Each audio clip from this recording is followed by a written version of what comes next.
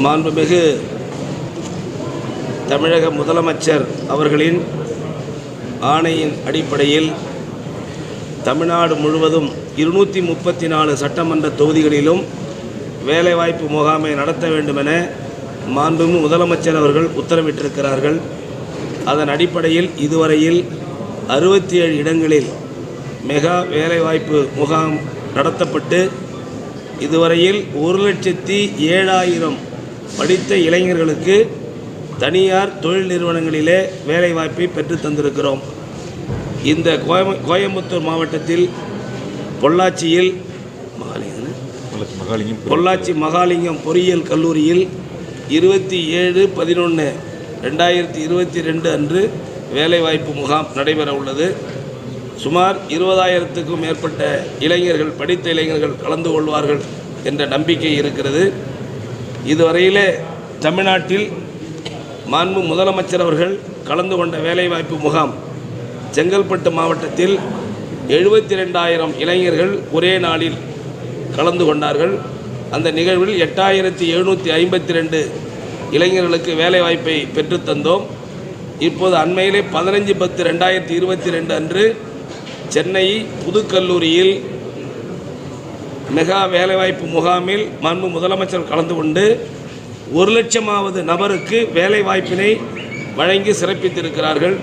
தொடர்ந்து தமிழ்நாடு முழுவதும் 234 சட்டமன்ற தொகுதிகளிலும் இந்த வேலைவாய்ப்பு முகாம் தொடர்ந்து நடைபெறும் என்பதை தெரிவித்துக் கொள்கிறேன். என்ன சார்?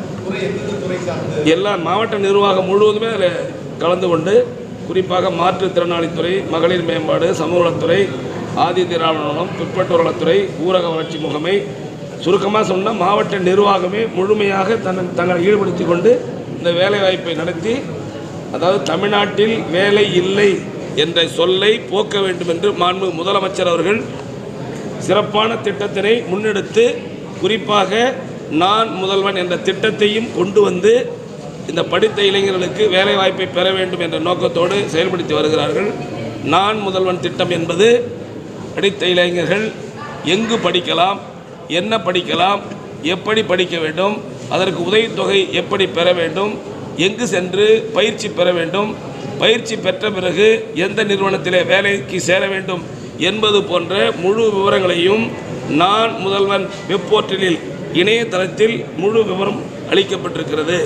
ஆகவே விரைவிலே மாண்புமிகு முதலமைச்சர் அவர்கள் வெளிநாடுகளுக்கு சென்று ஆயிரக்கணக்கான கோடி பண முதலீட்டுகளை கொண்டு வந்து பல்வேறு நிறுவனங்களை தொடங்கி அதன் மூலமாக ஒருபுறம் வேலைவாய்ப்பினை உருவாக்குவது, இந்த வேலைவாய்ப்பு மற்றும் பயிற்சி துறையின் மூலமாக ஒருபுறம் வேலைவாய்ப்பினை உருவாக்குவது, குறிப்பாக இந்த வேலைவாய்ப்பு மற்றும் பயிற்சி துறையின் மூலமாக இந்த 5 ஆண்டுகளில் நிச்சயமாக மாண்புமிகு முதலமைச்சர் அவர்களுடைய வழிகாட்டுதலின் அடிப்படையில் 5 லட்சம் இளைஞர்களுக்கு வேலை வாய்ப்பை பெற்று தருவோம் என்பது இது எங்களுடைய துறையினுடைய இலக்கு.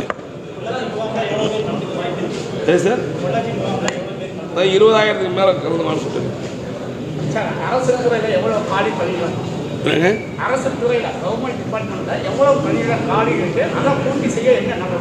அதான் ஒவ்வொரு துறையிலும் எவ்வளோ வேக்கன்சி இருக்குன்னு ஏற்கனவே ஆல்ரெடி அதில் வெளியிட்டிருக்கோம். அரசு இதிலே வெளியிட்டிருக்கோம்.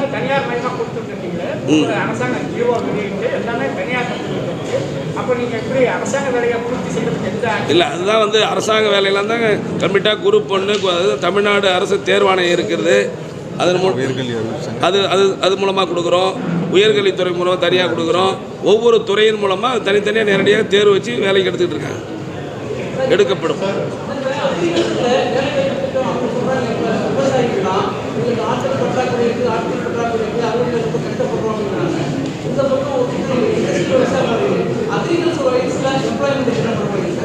வேளாண்மை விவசாயிகளுக்கா? விவசாயிகளுக்கு ஆள் இல்லைண்ணா.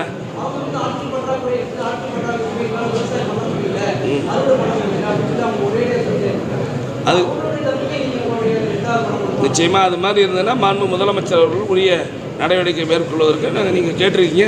இந்த தகவலை முதலமைச்சருடைய கவனத்துக்கு கொண்டு போய் நிச்சயமாக, அதாவது மாண்பு முதலமைச்சர் இது ஒரு தமிழகத்தினுடைய பொற்காலம்னா கல்வி வளர்ச்சி, பொருளாதார வளர்ச்சி, அறிவியல் வளர்ச்சி, சாலை வளர்ச்சி, குடிநீர் வளர்ச்சி, கல்வி வளர்ச்சி, எல்லா வளர்ச்சிகளும் நடைபெறுகின்ற ஒரு இடம்தான்.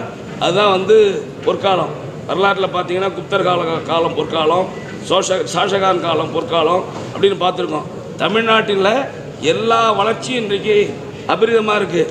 குறிப்பாக பார்த்தீங்கன்னா கல்வித்துறை வந்து இந்திய அளவில் 27% தான் உயர்கல்வி இருக்குது. ஆனால் தமிழ்நாட்டில் பார்த்தீங்கன்னா 51% இன்றைக்கு இந்தியாவிலேயே முதன்மை பெற்ற மாநிலமாக இருக்குது.